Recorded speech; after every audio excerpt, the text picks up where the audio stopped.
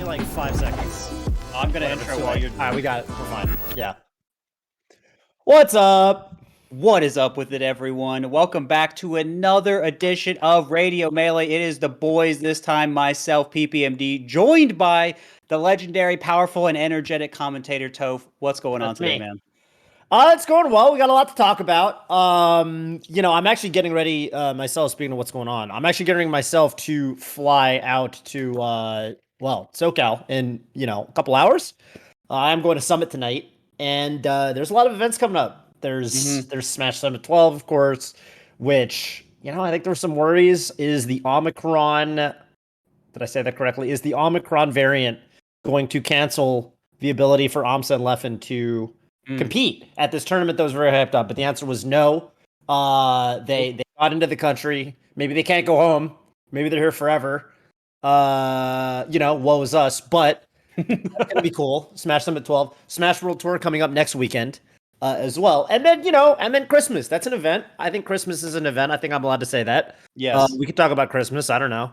Why not? If you're in the chat, if you're in one of our chats, and you're thinking to yourself, I need to ask these boys a question with ! Radio Melee, which you can do. It's very, very easy. You come in here. I mean, you could even ask us what we think you should get your pops for Christmas. You could do that. You could ask us that. But again, it's going to be ! Radio Melee in either my chat or PPMD's chat. And if you're watching on the YouTube, you really owe it to yourself. You should come by one of these Tuesdays.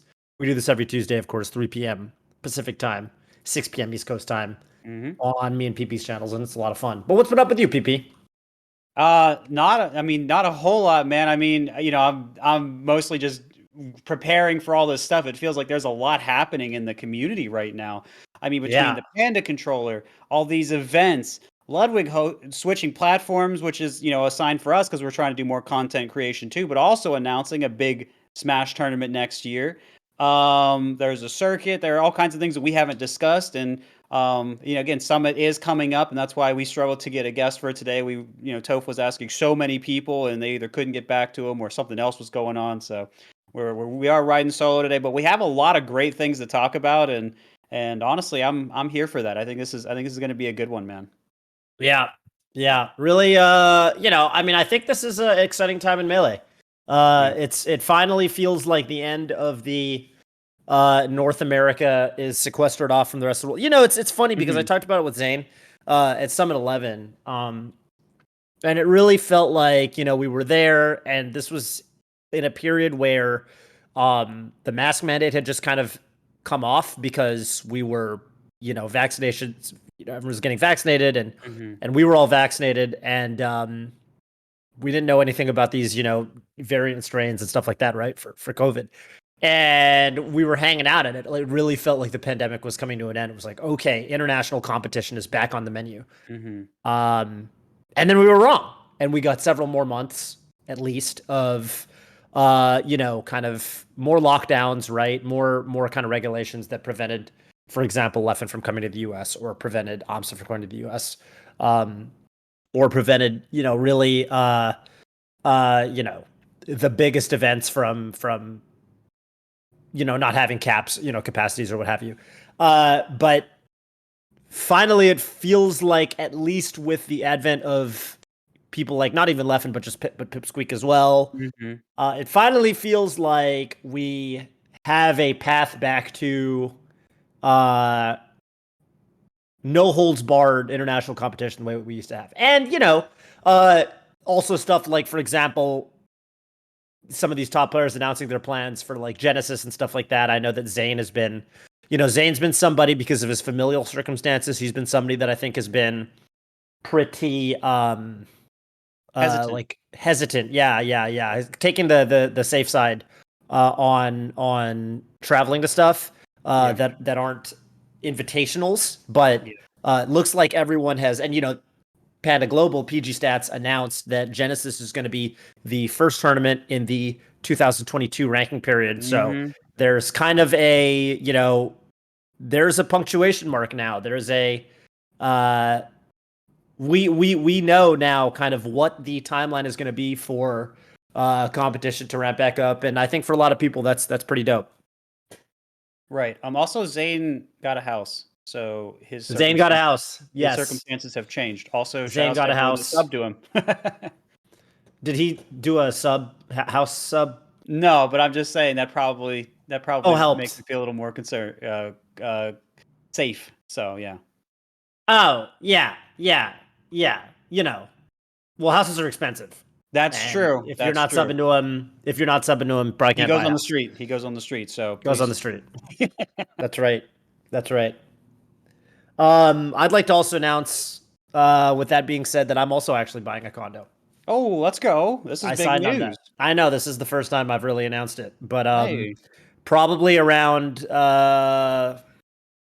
middle to end of January, you're going to see me in a new stream setup. It's going to be a condo that me and my girlfriend are buying, and Cool. you should sub to me as well because I too Yeah, will have to pay that's a gonna bargain. be expensive. That's right. Are you That's gonna be in the right. same area, or will it be a little bit cheaper? Actually, same area. Same Yeah, area. sub to Toph. Sub Not to even Toph. really. Not even really going anywhere. Definitely sub to Toph then. Yeah, but that's okay. Looking forward to it, and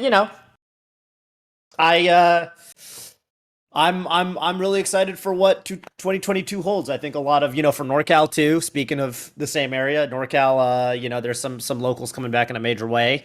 And there's like you said, man, there's a lot of interesting stuff happening in Smash right now. So Yeah, let's go over that again for people coming in now. So the Panda Controller, Nintendo Circuit, World Tour, Summit, Ludwig moving platforms, and then also hosting a tournament. I'm forgetting one of the things off the top of my head. GG Melee's hitting 30,000 subs. Woo! That's one of them, I'm sure. But hey, it's a big time. yeah, that's true. That's true. Man, yeah, 30K. My channel's also coming up on 30K. Let's go Hopefully I get there before Toph. too Sub long. to Toph. Yeah. Oh yeah, and also, for me, also starting up King of the Cube, which has been That's right. I would say largely pretty successful. I'm cool. kind of sad I got to take. Oh, thank you. I have to take a couple weeks off because of I'm going to Summit. I'm going to Smash World Tour. Probably not going to do one the day before Christmas unless it really depends on the players. Depending.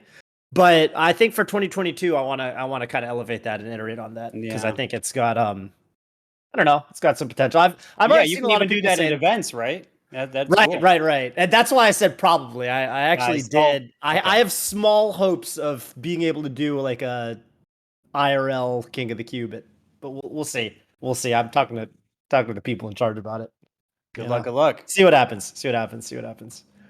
But remember, !Radio Melee. And if you have anything you want to talk to us about at all, hop in that submit topics here channel. Please tell me, by the way, every now and then my Discord server link does go down. So if you're having trouble joining the Discord server, well, first of all, you can probably just go to PP's chat and he'll be able to help you out. But also, I'll try to make sure that link is always working. And it's going to be the submit topics here channel. You can just ask whatever questions you want there.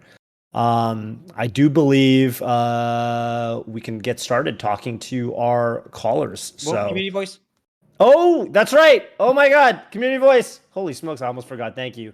I got you, but you've saved me a number of times on that one, so I think it's only fair. Right. It's only fair. Well, what did we have last time? I think we were talking to aMSa, and aMSa asked the very pertinent question of what do you think aMSa's Yoshi is going to be? Actually, it wasn't where am I going to be? What is aMSa going to be doing in 5 years? It is what is aMSa's Yoshi going to be doing in 5 years? Okay.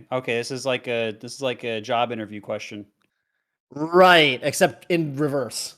Because it's asking where I'm going to be in 5 years, not where you going to be in 5 years. Yeah, he's really taking control of this interview. Yeah. So person to blah. In 5 years, aMSa's Yoshi will be immortalized in history as mankind's champion against the aliens. Wow. They beat Mango, they beat Zane, but they had never fought a Yoshi before and retreated back to outer space after getting 12 stocked in best of 5. aMSa's very hard to fight the first time you play him. That's a good point. He's not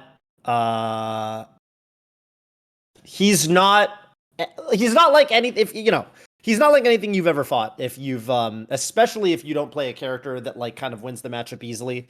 Like I think for people like Marth Mains. Martha's the one I was thinking of too. But I even remember, man, like Sheik's, like that's a matchup that Yoshi wins that Sheik definitely wins pretty handily. But if you don't have that experience against aMSa, I remember watching a lot of very prominent Sheiks get kind of just beaten up. Mm-hmm. Because if you haven't practiced, if you don't know the exact percentages for the chain grab, Yoshi comes out of that, reversals you, and you feel like you're getting stray hits that don't lead to anything, and it's actually quite annoying. So I could definitely see that happening. Yeah, well, I'd say that's pretty fair. A lot of upvotes on this comment too. A lot of people high on the Yoshi stock right now, as it were. Yeah. And the aliens, I love the perspective on this too. Aliens don't even know what Yoshi does, so it truly is the most mystifying character in the game. I also, yeah, I also could see it. I mean, I could see a world where maybe all the aliens just play Yoshi, and then maybe We're done for. then it's not such a good idea. But Yeah. it's all right. Well, takes a Yoshi to beat a Yoshi, perhaps. But we do have a little bit of pessimism here coming out from Garo, if I am saying that correctly, who is going to be a bit more of a pessimist to say aMSa's Yoshi will get a great kickoff early in the next year or so after moving. He will move to Canada, but then will actually trend downwards a bit as people get to play it more and understand the character a bit better. aMSa's Figure them big out. brain though, so after the full long term, I'm sure he'll be even more amazing. So he's saying good start, then a rough patch, and then I guess Yeah. somewhere towards the end of that 5 years, he overcomes all of his demons and wins it all. Yeah, that's kind of how it goes. It really does. I think that's not a bad take at all. Like, it kind of happened with Japan, where for a little while it kind of looked like people were figuring him out. Like, it looked like the local spacies, like Yeah. especially Shinsuke and Sane, were like kind of just getting him. Like, looked like they'd really Yeah. figured the matchups out. But then, like, Right. that didn't really super duper persist. Like, I still think aMSa's the favorite against all of them, and in particular at the East Asia regional finals. Uh, aMSa, I mean, it was a big question for a while. He was kind of dodging. Dodging is one word, but he was not attending local tournaments and he was Mhm. commentating them because I think he felt like he didn't have much to prove locally. But he also felt like, if I lose, it's bad for my ranking. So True. the question was, okay, how's he going to actually fare when he has to play these guys at tournament? But at SWT qualifiers, he kind of got everybody pretty bad. So Mhm. not dropping a game. So there you go. Yeah. And yeah, Andrew Kenny thinks a little more optimism. I think aMSa will have won a major for sure in 5 years' time. I don't know if it'll be with Solo Yoshi or not. I think the safe bet is that it will be. I can't even imagine what the Red Menace will look like in 2026. I imagine it'll be riddled with some new stuff we haven't seen before in conjunction with dummy clean execution. Yeah, aMSa is definitely a player where even when I think I've seen the Mhm. most of what his character can do, he's always coming with some new mix up, some new ideas. I wouldn't be surprised if there's some new stuff this tournament, Smash Summit 12. So we'll see. Mm. And I definitely think he's got, even if it like maybe the improvements and the optimizations he makes, maybe they start to get a little more matchup specific. But I could see Sure. that too. I could see him figuring stuff out in like particularly like matchups that he hasn't had as much experience in labbing, where he's only had, maybe like, the floating matchups where he only really has studying, like VOD studying and stuff like that to figure stuff out. But now he actually has a chance. Maybe he moves to Canada and he actually gets some real puff practice and he starts really iterating on the puff matchup or something like that. I don't know. Mhm.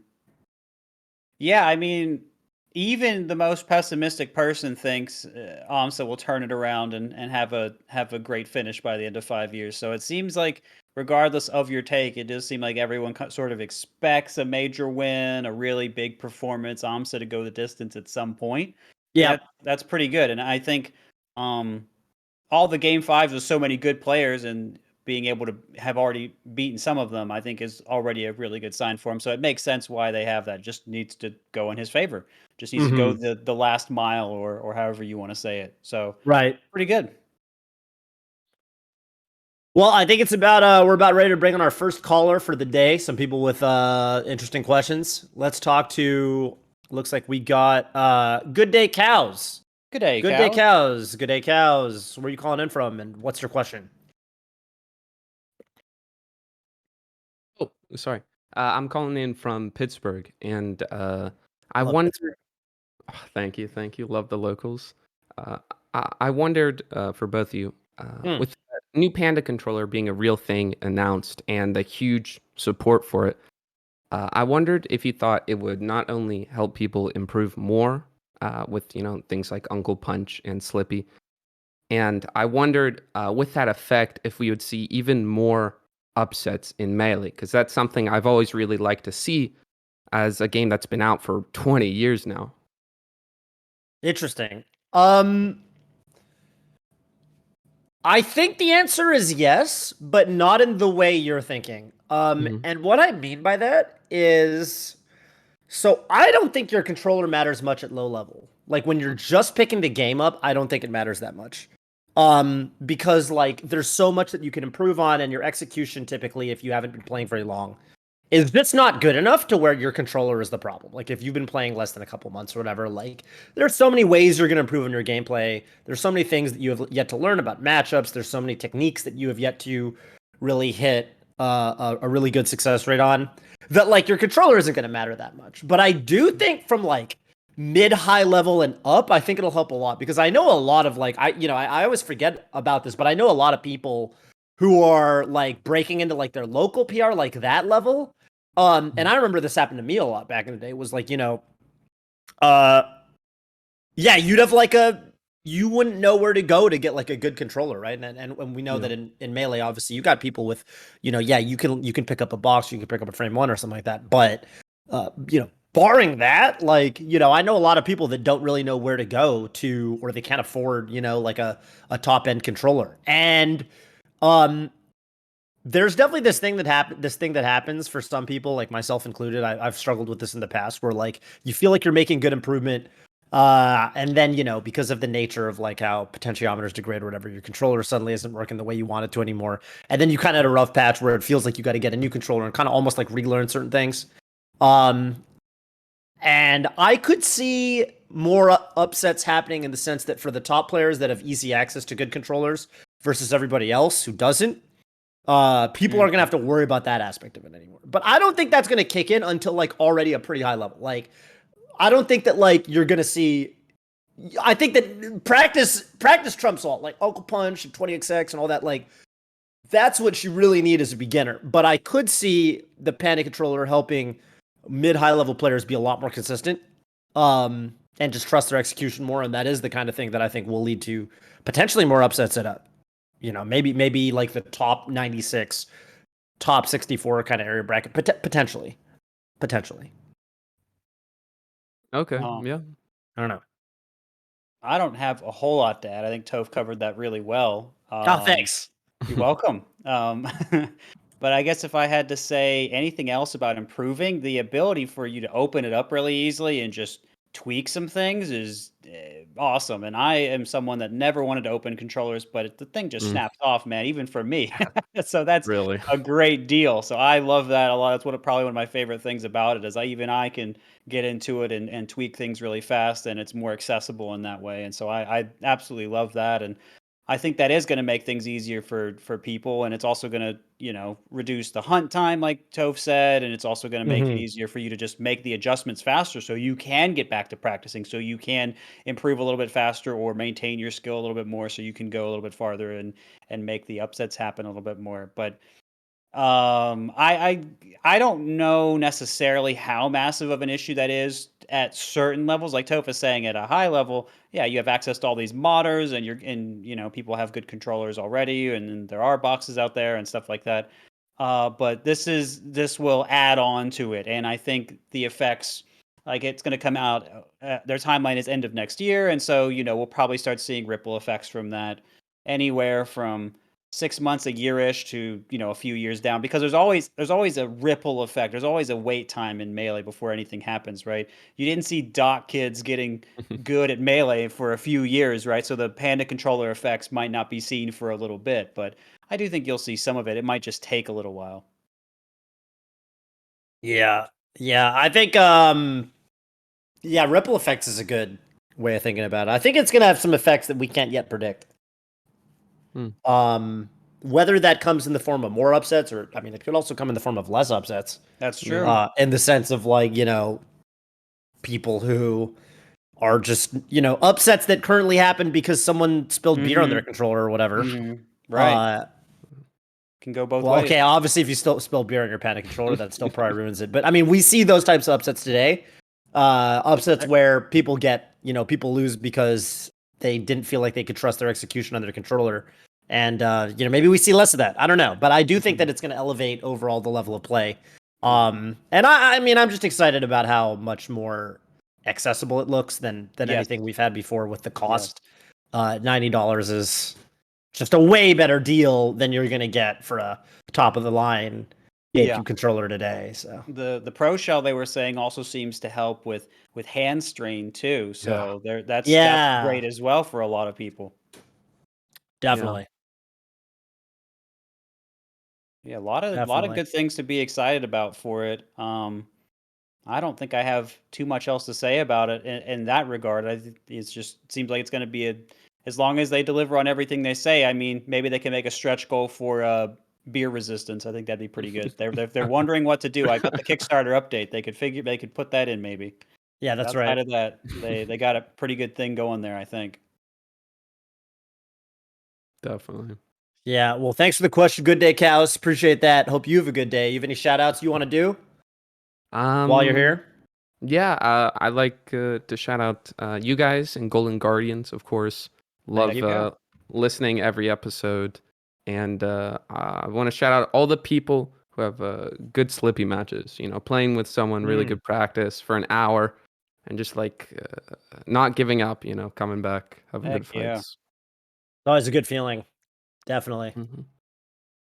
More rare than I would believe, but I've just hear so many horror stories now. It's almost like it's getting more extreme.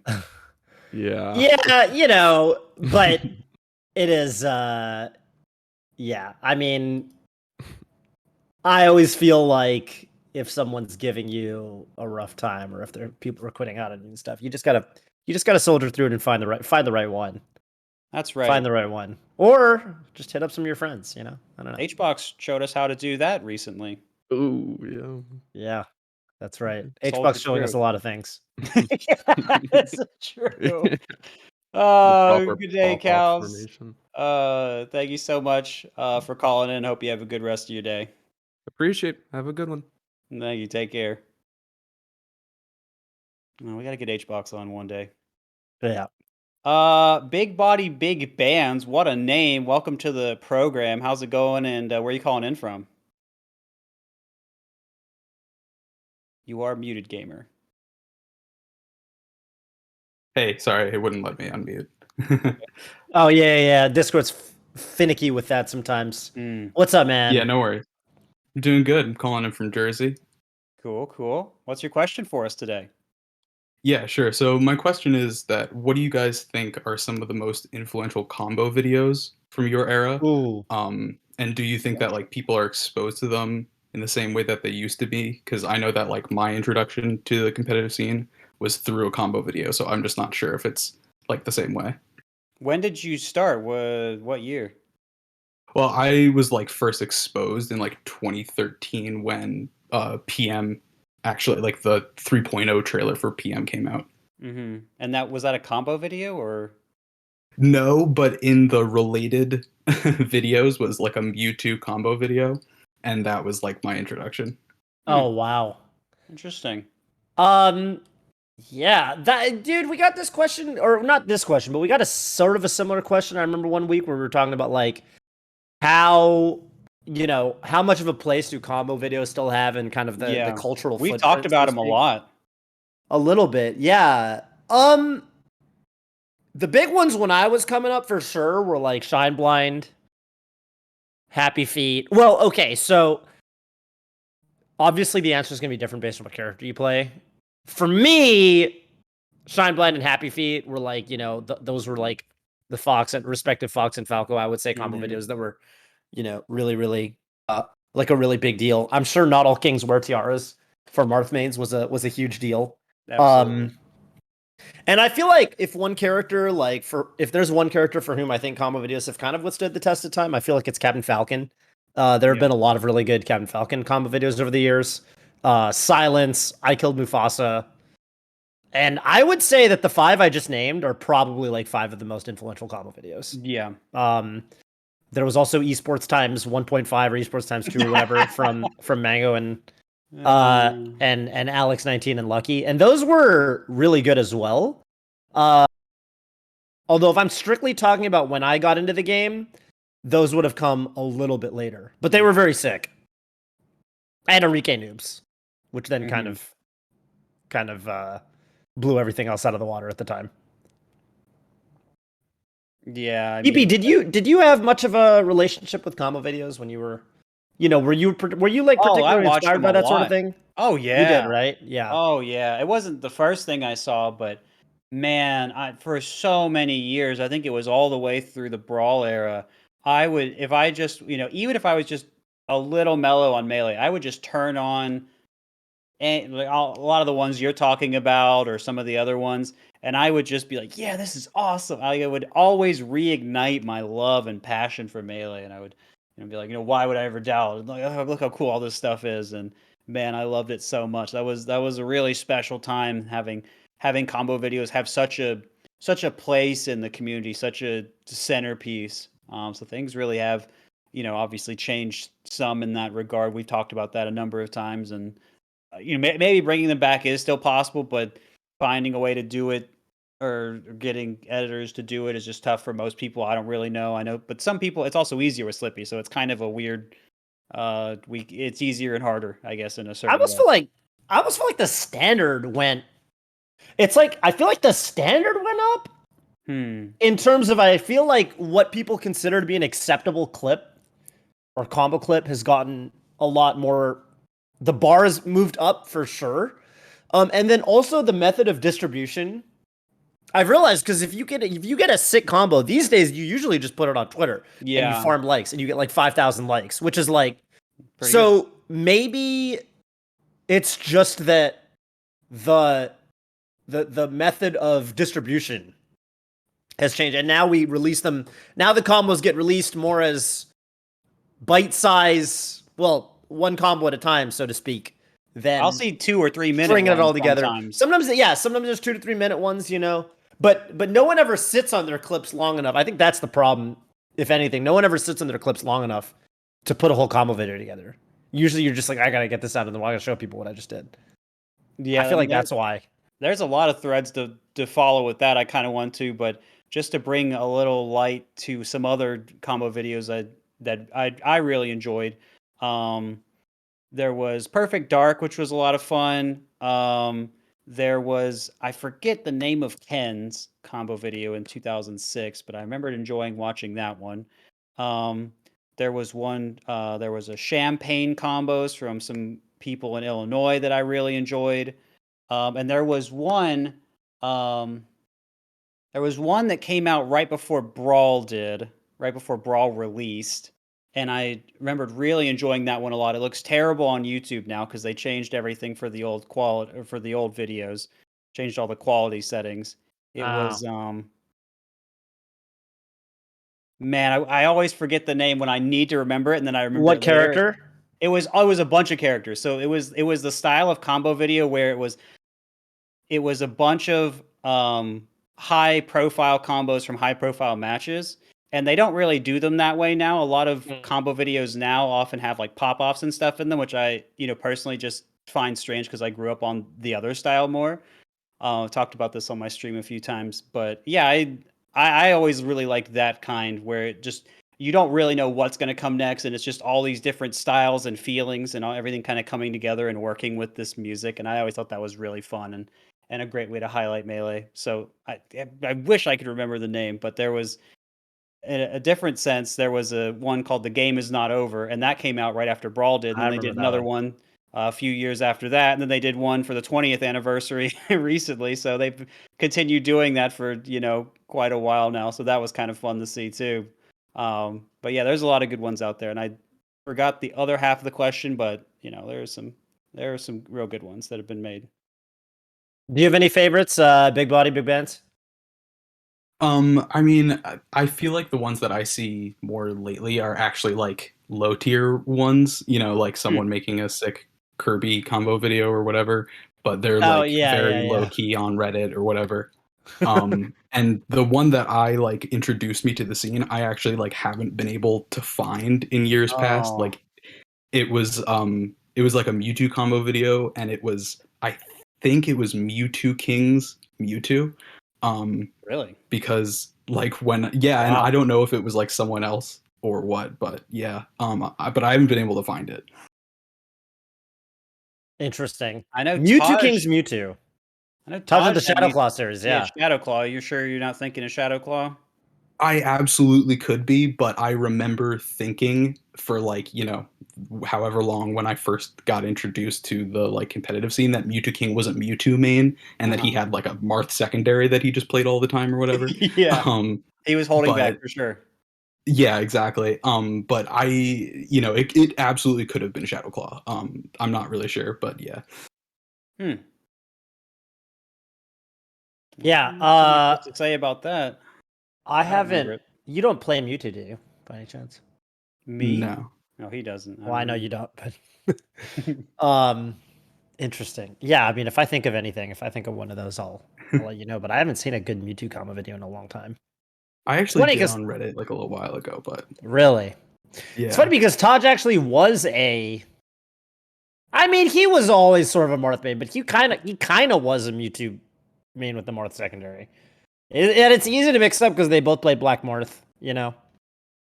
Yeah, Yeah. he Taj did. and He Mewtwo did King, I beat mean. Ken and Isaiah playing Fox too with forward. Oh yeah, he did. He did. So he wore many hats. He did. Yeah. Yeah. Kind of like how Real Kings wore many tiaras. Sure, That was the yeah. name of a combo We got video. there. We got there. Well, hopefully, you know, I'd say there's still some pretty good combo videos coming out these days. I like the what is the name of that series that Bobby Big Balls and SFOP do one? Lupus.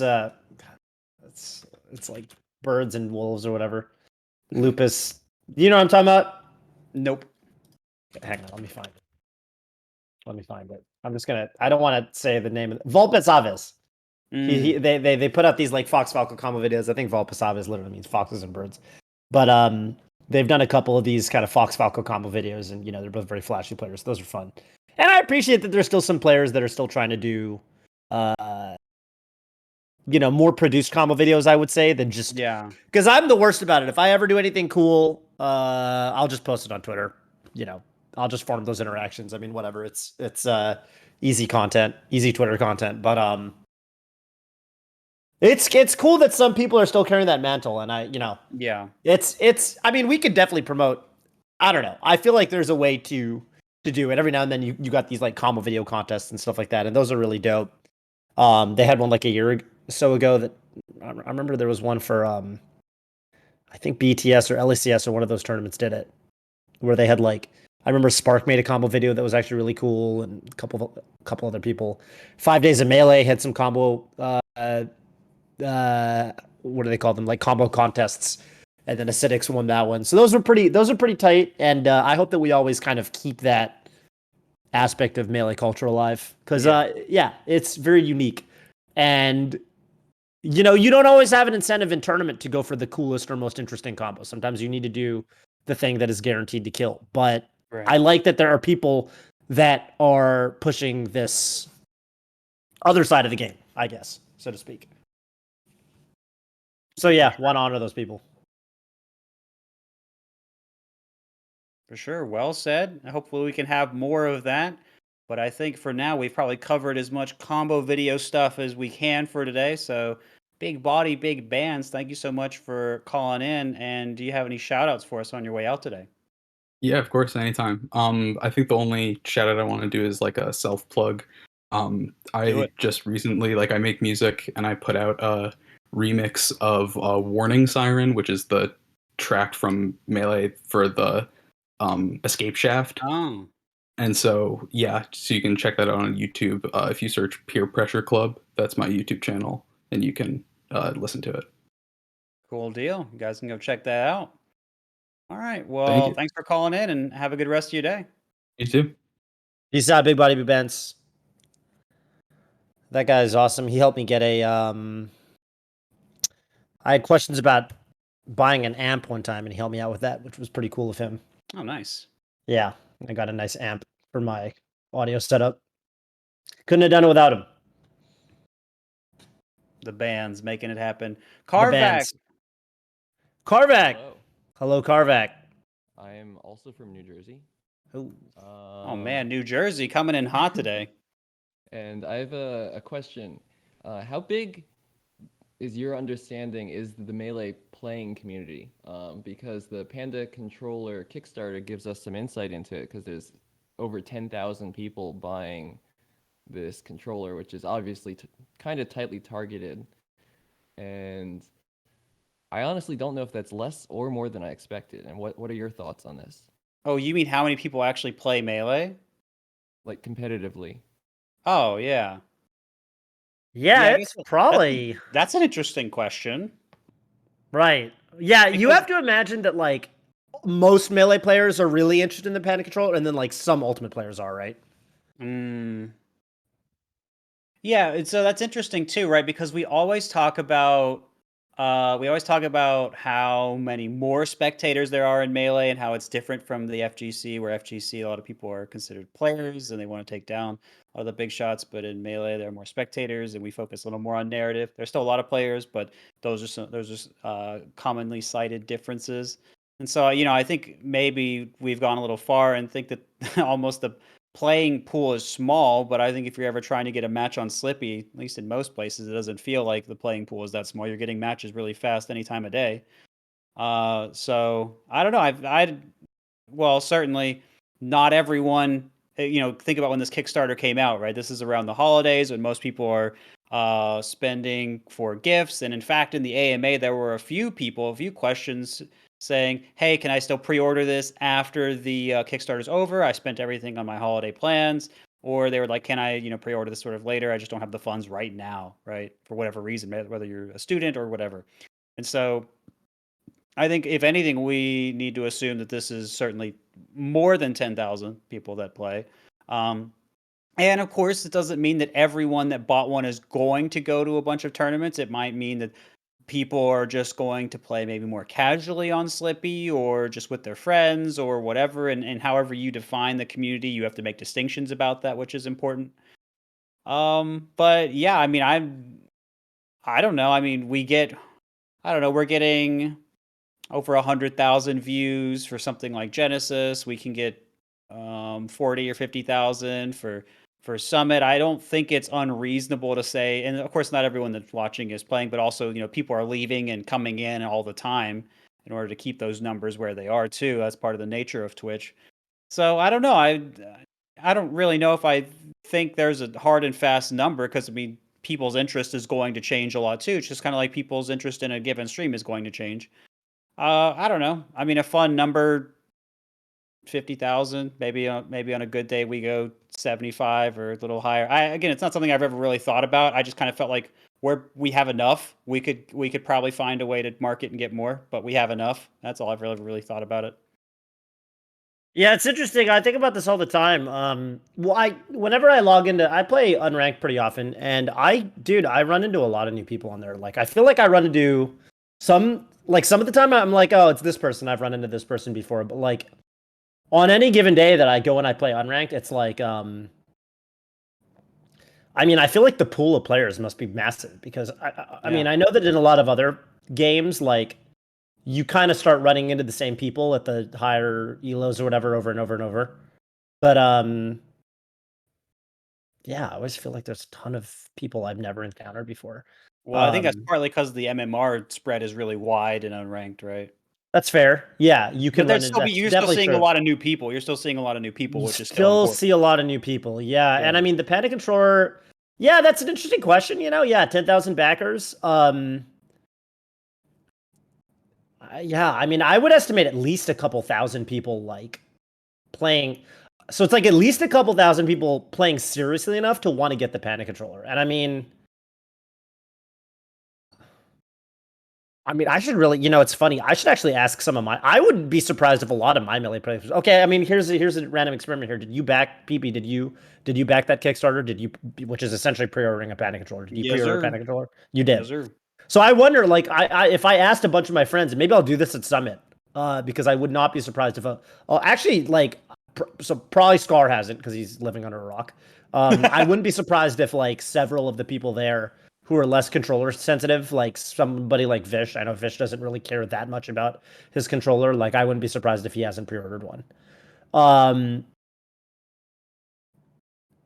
It is an interesting question how to extrapolate the You're raising an interesting point, Tote, because you're basically saying there are going to be, for whatever reason, I mean, you're also going to think about people on boxes. We were talking about that earlier. There are going to be a lot of people that are not going to get it for whatever reason. Maybe they'll wait and see. Or Maybe they're they'll have a waiting and different seeing, controller. yeah. Yeah, I mean, there's Yep. lots of reasons why they're not going to get it. So we could extrapolate from this. I mean, 10,000 people got one, and however, I mean, you would think that only maybe more of the hardcore people or people with the funds or however you want to think about it. There's all kinds of reasons why someone might get it, but it's not.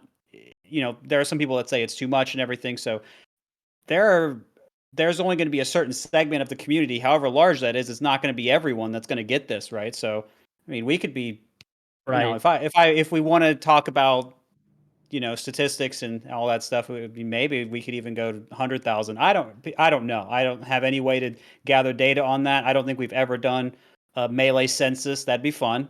But no, I think we could be actually looking at a, you know, pretty big player base. I know we have a great viewer base. I know that for sure. And I know a good amount of people play. I know that, you know, for example, Riptide hit the cap like right away, and so many other things. I'm sure are going to have. We've had pretty good entrance over time, and of course, you know, it's just other people that can travel and all that stuff. So I think we're in a good spot. I think we can all, of course, always, you know, market and get more and everything like that. And I think Toph does a good job crossing over with like FGC or even with chess or any other projects he gets into, which I think is really cool. So I think we're always looking to grab more, and I think that's pretty cool. Yeah, and I mean the other question that someone in my chat brings up is like, okay, well, how many of these people are just alt players, right? The people back in the Panda Controller. And like, you know, you have to imagine that there's gonna be more Melee hype around the Panda Controller than the Most of the features like are one. I mean, I don't really know how much 90% of the features are not relevant for Ultimate. Yeah, I mean, aren't they just things that Melee modders talk about? That's what I would imagine. And then but I guess maybe it's like cheap enough to where it's still worth it. I don't know. I don't Right, really... if you need a new controller, but then I would probably wait, right? Like if I was an Ultimate player, if I wasn't like personally really excited or invested in the Panda Controller, like I feel like I would just let it come out and then buy one. If like I needed a new controller, I'd be like, okay, cool, I'll buy the Panda Controller because I know it's going to be good. But like, yeah, I mean, and some of the stuff is good, right? Obviously, like snapback dampening is pretty important for alt because snapback is a big deal in that game. And then like I could see the variable shoulder heights being kind of cool because you could set your triggers to being digital triggers. That game doesn't have light shielding, so it's kind of like with Melee where you know, for people that want a trigger where you can only hard shield for power shielding. So that's kind of nice, but it's not like the biggest deal. Whereas for Melee, a lot of those features like are the biggest deal. And I personally have seen a lot more. I mean, I would say I follow a fair bit of alt players. And I would say that the only people I've seen that are really excited for the Panda Controller on the alt side are like people on Panda Global. Whereas I feel like on the Melee side, like a lot of people are really like, oh my God, this is going to solve all our problems. I mean, no surprise that the Goom Wave came out of the Melee community and not the alt community, right? For example. Right. Yeah, that's a good point. That's a well-reasoned counter argument. You have relevant examples from the community, so right. I mean, that's how I'm thinking about it anyway. It'd be weird, right, if no one was saying anything and they just bought, you know, like 3,000 of them. That'd be strange.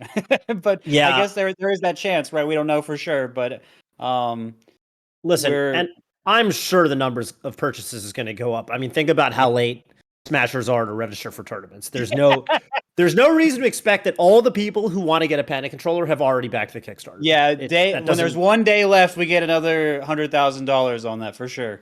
at least, and that's just the Kickstarter, right? Like, yeah. Then when the actual thing, like for all the people that like don't know if they want it yet, who are waiting to see how good the thing ends up being, that are waiting for it to the product to actually come out, that's going to be another probably huge amount of people. So. Right, and then people are going to be hearing the reviews from other people that were waiting, and will probably get on board, or people might save up for it, or, you know, like, again, a lot of reasons, a lot of circumstances. But yeah, I think we have good reason to think that there's a lot of people, and especially a lot of Melee players, that are actually playing Because I mean, you can't assume that everyone got like 2 or more controllers. I think most people just got one because they're like, well, we don't really know what's going to happen with Yep. it, or we don't want to spend all that extra money. So I think most people got one, and I Yep. think that it's a good sign for a lot of the reasons we talked about, that there are well more than 10,000 Melee players if they're going to go in on this controller, which is solving a lot of demand problems, but in a way, I guess you could say is still niche. Like, there are people coming into my stream that'll say, I've used the same controller for 10 years and it's fine. And so, how much of a need there is if you're just playing more casually, versus if you're trying to get into a little more hardcore. So, yeah, I think we're looking pretty easily upwards of 50,000 here. But again, we haven't done a Melee census. I'm not going to pretend that I really have a way to estimate how many we have. Yeah, it's true. It's part of the reason I did that community voice a while back, where I was kind of asking people like what. Well, we did that with NASB, but then who was it? Someone else did a community voice about kind of like Melee, where it was kind of a similar question. Was that Polish? You might have been. I Polish remember also asked about Elijah Wood. That's what I Elijah first Wood, thought right? of. Yeah, but yeah, I think it's an interesting thing to think about. And Fizzy knows, right? Fizzy, in theory, Fizzy has the data from maybe the monitoring isn't set up that well, but You gotta get I'm Fizzy always on. curious. Like, yeah, we gotta get Fizzy on one of these days. Just thought about that. I'm gonna write that down. Yeah. Thank you for the question, CarVac. It's an interesting one. Yeah, I was just thinking about it because, well, for one thing, I did back it, but I use a box controller for Melee, so I'm actually going to be using it more for ultimate purposes. Oh, interesting. Yeah. Dual wielding. As for shoutouts, I'd like to shout out Crane's Discord, which helped me make my box. Lots of resources for DIY. And I'd like to shout out Squid the Cat, who makes sick combo videos. Love when he stomp knees. Yeah, Squid the Cat has he put out some really funny stuff this week with really interesting editing. His new wall jump tech or whatever. I thought that was pretty cute. He's fun. Mm-hmm. Yeah, All finally right. got to meet him at Riptide. Good guy. Cool. All right, CarVac. Well, thank you for calling in. Good question. Thank you. See ya.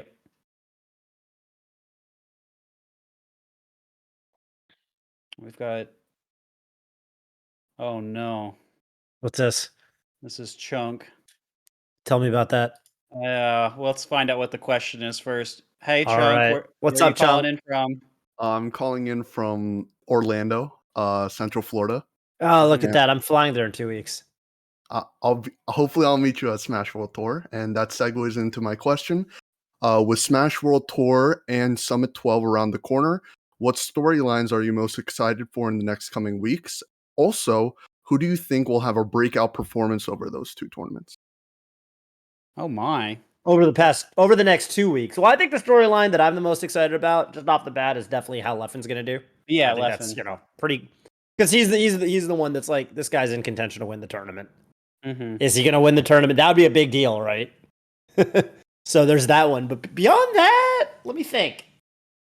PP, you go first. I'm kind of just going through names in my head. I think Plup's kind of been he's been trending upward, so I think Plup is someone to kind of watch a little bit more. Could he take how many of the really good names is he going to take? I think is an interesting question for a lot of people right now, because I think they're outside of a few Foxes and Zane. I think he's in pretty good shape versus he's favored versus pretty much everyone he plays, including Wizzy, who I think is also is a pretty good storyline too, who's hot off some good performances as well. So we have some interesting players kind of coming into it, and of course aMSa, who we don't see too much. Mm-hmm. Absolutely, really fascinating to see what he's going to bring. So I mean, who do I expect to break out among all of that?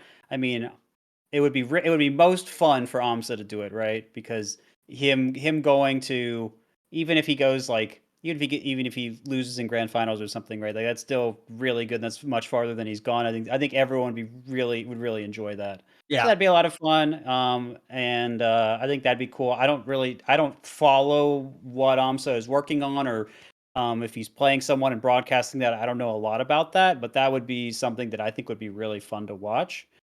I'm trying to think if there's something I'm kind of missing. I mean, there's in all of this in all of the high level players, there's something interesting going on. I think Ginger and Fiction have leveled up a little more recently.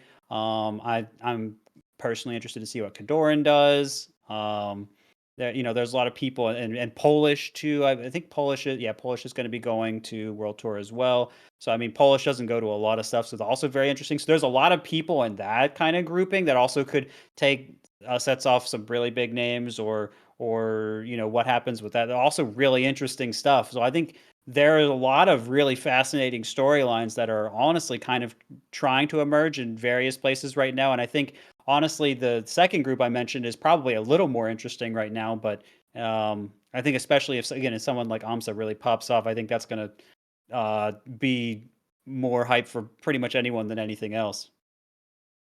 Yeah, yeah. I mean, aMSa is definitely one that we don't see often enough, and can basically upset pretty much anybody. It seems like. I don't feel like there's anybody where you don't feel like aMSa can get it done. So that's definitely one. I'm also pretty personally interested to see how Pipsqueak ends up doing. Yeah. Obviously Pipsqueak's insanely skilled, but not someone that is the most experienced right now against the top NA players. And I mean, I could see Pipsqueak getting upset by some people where like maybe he's not as familiar with the matchup, but I could also see him taking out a lot of people that they don't really people that might not have had Pipsqueak on their radar. Yeah, so who would you expect for Pipsqueak to maybe make a surprise play against, or someone around there? Because I was thinking of asking something like this, because I don't, I haven't seen too much of Pipsqueak, so knowing who Pipsqueak is relative to, or something like that, could be pretty cool. Even if like it's just a relative NA player, it'd be neat. Yeah, I think Pipsqueak could do really, really well against, for example, any of the. I mean, it's hard to say with some of the matchups where like I just haven't seen him play them that much. But okay, I actually think he could do really well against some of the Falcons, or any of the Falcons. I do think he understands that character pretty well. I haven't seen him play the matchup, but I know that his secondary is Falcon. Okay. And I know he's thought about the matchup a lot. I also think that he is really good at Fox Dittos. And I would be even interested in seeing like a Pipsqueak versus IBDW kind of match, because I think Fox Ditto is one of his most comfortable matchups for sure, and he's got some really interesting ideas on that matchup. I mean, we've seen him play it up till the highest level, like playing people like Leffen, also beating people recently, beating people like Ice, Professor Pro, where he always looks really, really good at the matchup. And yeah, I mean, I don't know. I'm kind of to a certain degree, I'm also kind of theory crafting here, because Sure. we also, right, his spread of people he's fought is just smaller than, or different than, I should say, a lot of the other, traditional, the usual suspects. But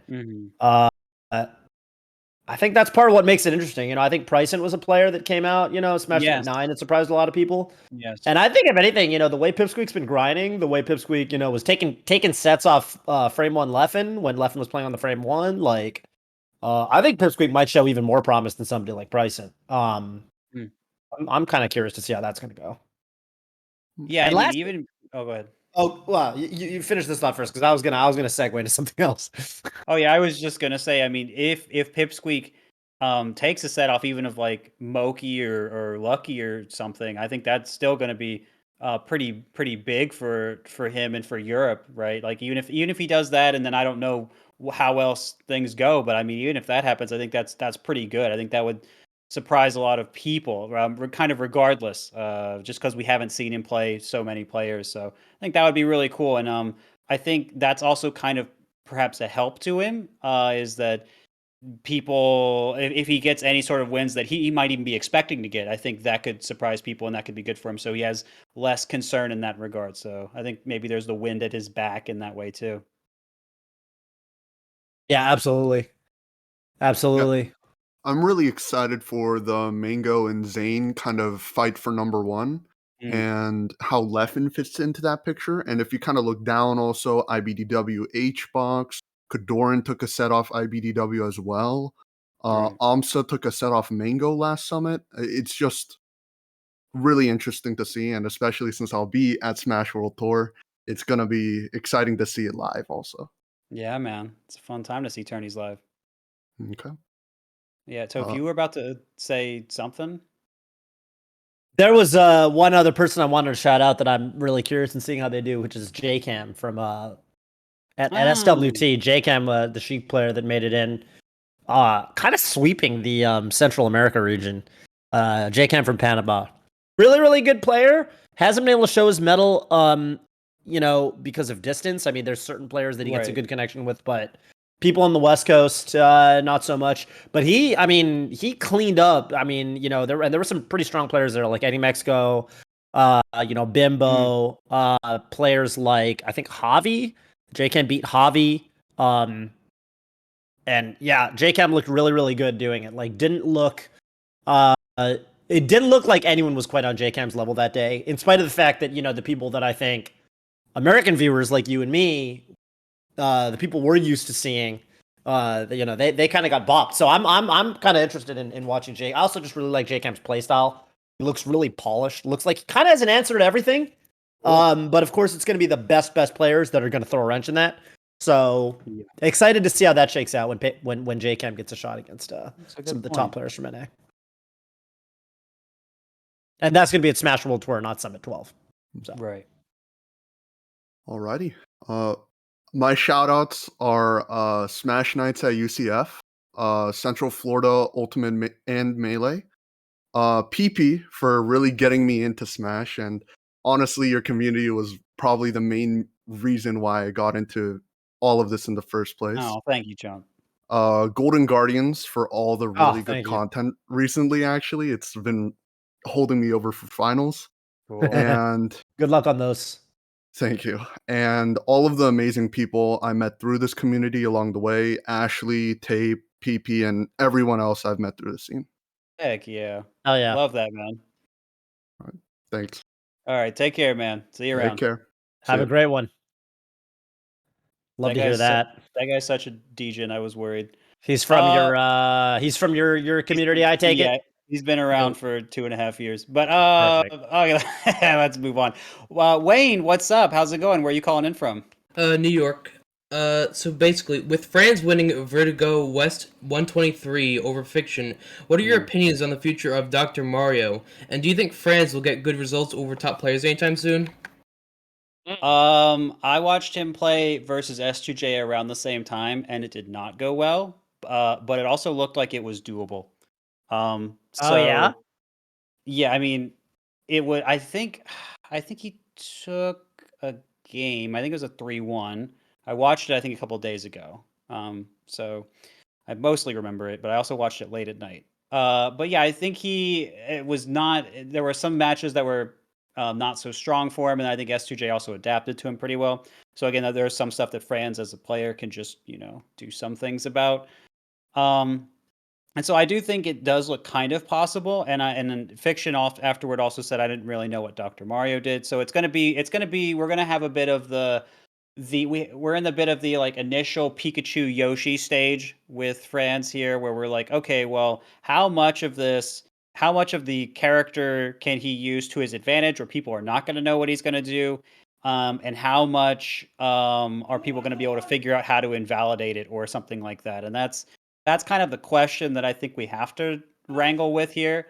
But that being said, watching him play S2J, there were a lot of spots where I was like, okay, well, if he just didn't do a panic option right here, I think he'd have been in a lot better spot. Or, if he just did this sort of thing when he was in the air, he'd have been better off. And a lot of that stuff's probably going to be really obvious to him. And maybe he's already made the adjustments. I don't know. And so I do think that he could be, I mean, again, being able, so I guess let's be fair first. Taking that win over Fiction is good. Being able to push S2J in some way is already good. So that does leave hope for him.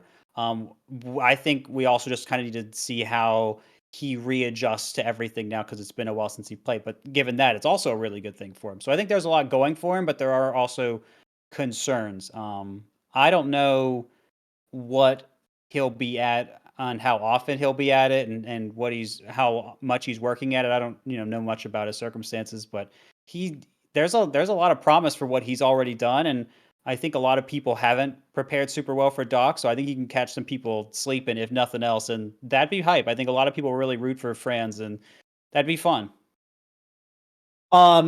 Yeah, there's always this question of like, because I mean, Fiction was talking on Twitter about how, it's like, well, I just don't know the matchup, blah, blah, blah, this stuff and that stuff.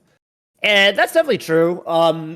For Franz, I mean, it really does depend kind of what the expectations are when you ask this question. Like, do we think, because again, we've seen Dr.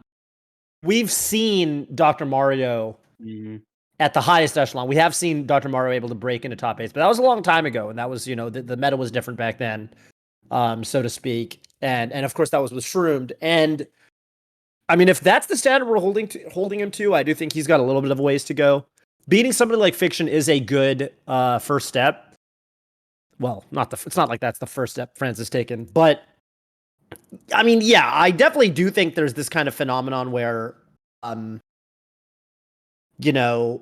somebody who's playing, Fiction, obviously newer to Falco, like a lot of these floaty mid tiers, when you're seeking to make some kind of crazy upset, it's going to be on somebody who's playing a Spacey that you could combo the mess out of that might not know the matchup super duper well. So, it might be more of a one-off performance, but I do think Franz has been competing at that level for quite some time. Yeah, and I do think that Franz also had a pretty damn decent main stage as well. So I think for me, the question is more on even just, is he going to be traveling to stuff? Like he might be at Genesis, right? And he's had some decent Genesis runs in the past. I know he beat Sechi at one of them. So he's definitely had some good wins over the years. And I think we can expect, at least top 100, maybe even top 70, 60, 50, right? Level performances, for sure. But like to get to that next level where you're beating players in the top 20s, like consistently, like that's going to be the big question is what does Franz do to outpace the people? Because like PP said, it's a lot of it is also the matchups and when you start putting yourself when you as a player, who's playing a character like Dr. Mario, when you start getting those wins, people are going to start preparing for you. And in a way that they weren't before, right? So people are going to be more prepared for Franz as well. And then the onus is on Franz to kind of keep the, stay one step ahead, so to speak. Right. So we'll see if he's able to do that. If you just want the one major win, yeah, I'm sure he'll get one. He could get one in the next year. I don't really doubt that.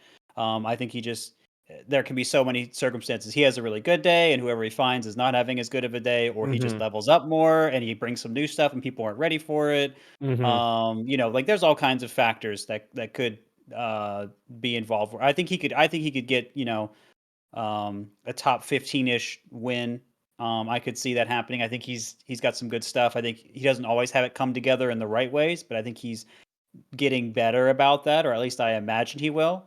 Now that he's going to be playing more, so yeah, I could see him getting one, but it's kind of like, is he going to be able to get more than that? Because of what Toph's saying, once you get that one, everyone's looking out for you, and people dedicate, some time to really figure out how low Doc's up B goes to that lets him still grab the edge, for example. I didn't really remember that until someone told me recently. So there are just things that, a lot of people kind of forget or didn't know or something. So something to keep in mind. If they learn more about all that, then, how's that going to push Franz? And, is Doc going to be solid enough, or is Franz going to be solid enough to handle all that extra pressure? Yeah, so I do think if you're just talking about one pretty good win, yeah, I think he can get that. Maybe even in the next year. I wouldn't be surprised. But past that, I think we'll really need to see how he develops and how everyone works around him. But yeah, I do think that he's a pretty smart player. Doc's good enough to definitely do that, and he's doing a good bit to show that. Yeah, agreed. What do you think about that, Wane? I think, honestly, it does sound just about right. I do think that he's definitely making some progress on like certain matchups, but all in all, I do think that probably waiting to see is a very good idea right now. And Yeah. it's interesting too, because when I talked with Zane about this was in some Golden Guardians video. I don't remember if it was for radio. I don't think it was Radio Melee, but we were talking about what character do you think actually could go up, or what character do you think actually has some untapped potential right now? And Zane's answer actually was Dr. Mario, which I thought was kind of interesting. So maybe that's a good sign. That means Zane's scared of Franz. I can see it. I remember him saying he has some trouble like with Doc's pills and the sort. I remember him saying that before. Yeah, he's also deathly afraid of Link. That's why he bans him from our challenges.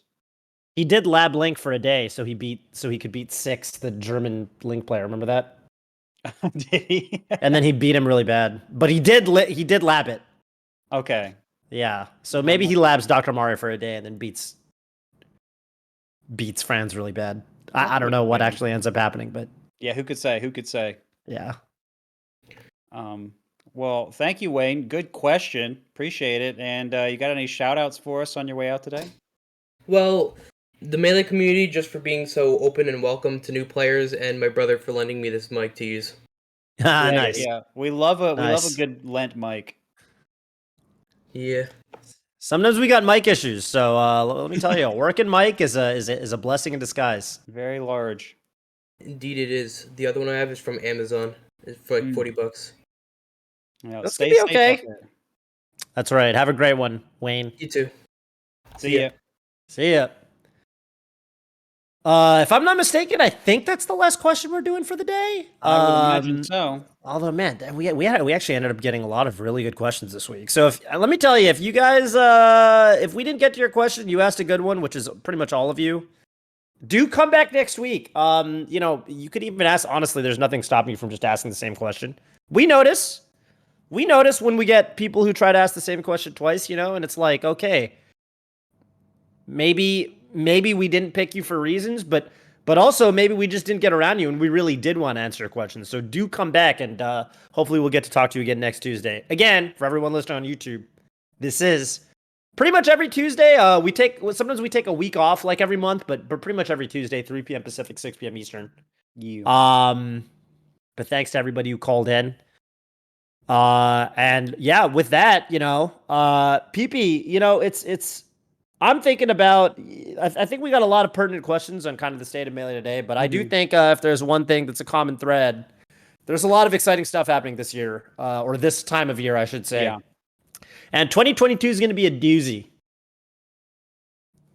So I guess maybe I should ask you, what's kind of coming up for you? Like, what have you been thinking about lately? What's on your mind? Are you particularly impressed by any of these?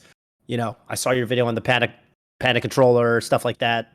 Yeah. I think the Panda Control, like, if I almost don't even want to single out any one thing, because it just sounds like things are just changing so much. And this is an important time. I kind of think, I think especially when we're talking about controller legality, what we decide now is probably going to set a precedent for maybe forever, but at least for a long time. And so what we do now, I think we look back 10 years later, and we're going to look back at now and be like, did we get this right? This is a pivotal moment. So I think this is something to really pay attention to this time in Melee, this moment in Melee. Everything's happening that's important. Even the stuff with Nintendo could end up being, pretty important with the circuit and everything. How does the legality of everything fall through? How do they work? How does Nintendo work with us? If at all. Right. How does that end up going? And what does that lead to if not, right? And so I think this is just an important time. And even in kind of the content creation space, I did kind of meme on it in the beginning, and I was going to joke about it if I had the floor first, but Ludwig moving to YouTube does carry some implications for how the space is kind of changing, but also that that gives him, in terms of our immediate focus, that also gives him a chance to give something to us and run that tournament. And what will that tournament mean, right? Like if he runs it and it's like a LudCon or whatever he ends up doing, Right. Madman, because it's gonna, there's gonna be some entertainment focus that's gonna make it different, that's gonna make it interesting, and I'm sure we'll be here talking about, oh wow, more people came for this, and he did this thing, and it made it interesting, and that gave value to the people that came in that just went 0-2, right? We'll probably say stuff about that. So I think there's a lot of cool stuff that is coming, outside of what we just talked about. Will Ludd bring back combo videos? He might even be able to do that. We don't put anything past him. Yeah, absolutely. It's going to be interesting to see, as kind of announcements for that come out.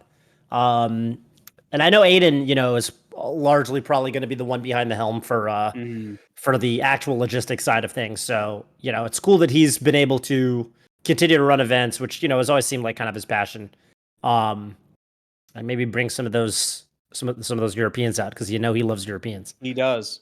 We'll get to see more Pipsqueak, which will, probably be pretty neat after this month. Probably. Pretty excited there. So, man, what do we do for the community voice this week? Do we come up with one together?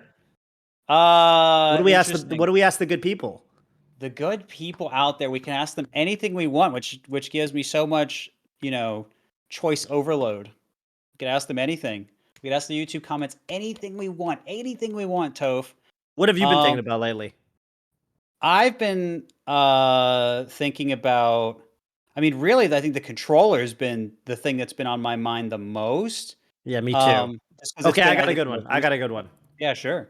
Because we're talking about legality, right? And I think this is an important question. It's like, what are the features that, what are the features that we think oh boy. We want, are there, I'm kind of curious, because for me this is almost a double-edged, or not double-edged, but it's like a question that kills two birds with one stone, because I realize that controllers are an area where there's a lot of misconception. And so by asking the question I'm about to ask, I'm also interested in seeing kind of where people's heads are at, or have they thought much about this stuff at all. But I almost want to ask people, where do they feel like how do I want to word this? I want to word it like, it's like, you could say what's too far with controllers. What's too far? Where do you draw the line? Like what do we think should actually be banned? Let's just say that. Let me word it this way. With the Panda Controller coming out, what are you, the viewer at home, what are you excited about? And what are you concerned about? Yeah. Leave the answer with the CV tag in the YouTube comments below. Good question. What are you excited about? What are you concerned about? Yeah, we want to highlight the good elements of it too, the things that are positive in the midst of all this change. So I think that's great. Yeah. So that's how I'm going to word it, because maybe it's a little maybe the things to be excited about, maybe those are a little obvious, because it's like there's so much good stuff. But I am actually interested to see what people are the most excited about, because for different people it's different things. And then the concerns. Obviously, I think it's good to get some of those takes as well, because like you said, so much is changing in such a short amount of time. Yeah. Absolutely. So Toph, you're going to Summit. You're going to World Tour. You got any plans to go out and do any karaoke? Do anything fun while you're out there? Oh man, leave us with something light here at the end. It's funny. I know a lot of people are going to the Lakers game tonight. I'm not doing that. I think I get into town too late. But I would if I could. But I do plan on playing a lot of DDR with aMSa, because I actually have. First of all, we've been trying to make a trip to round 1 at the end of Summit for the past couple iterations. But also, I actually am going to be housing aMSa between Summit and Smash World Tour. So for everybody watching, you should definitely swing by the stream next week. We're going to be doing some fun streams. Cool. Probably playing a lot of Melee. Probably doing a lot of other stuff too. So all throughout next week, I'm going to be hanging out with aMSa. And yes, we are going to probably get some karaoke in. Probably get a lot of DDR in as well. Nice. I'm trying to lose the pandemic, the COVID-15, the COVID-19 as it were. As it were, yes. Yeah. And actually, I probably did gain close to 19 pounds, actually. That's probably accurate. But that's okay. I've already started shaving it off because I started playing DDR again. So there you go. Well, there you go. Good stuff. Yeah. Well, hey, have fun. I hope you and aMSa do some great content. Maybe he'll share his multiplication talents with you.